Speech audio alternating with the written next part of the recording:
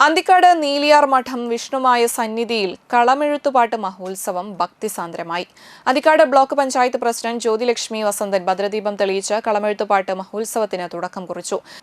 ചടങ്ങിൽ തൃശൂർ നടനോപസനം കണ്ണൻ മാഷ് നൃത്താഞ്ജലി ക്ഷേത്രം സന്നിധിയിൽ സമർപ്പണം നടത്തി. രാവിലെ നട തുറക്കൽ, ഗണപതി ഹോമം, വിഷ്ണുമായയ്ക്കും പരിവാരങ്ങൾക്കും കലശാഭിഷേകം, കൂറയിടൽ ചടങ്ങ് എന്നിവ നടന്നു.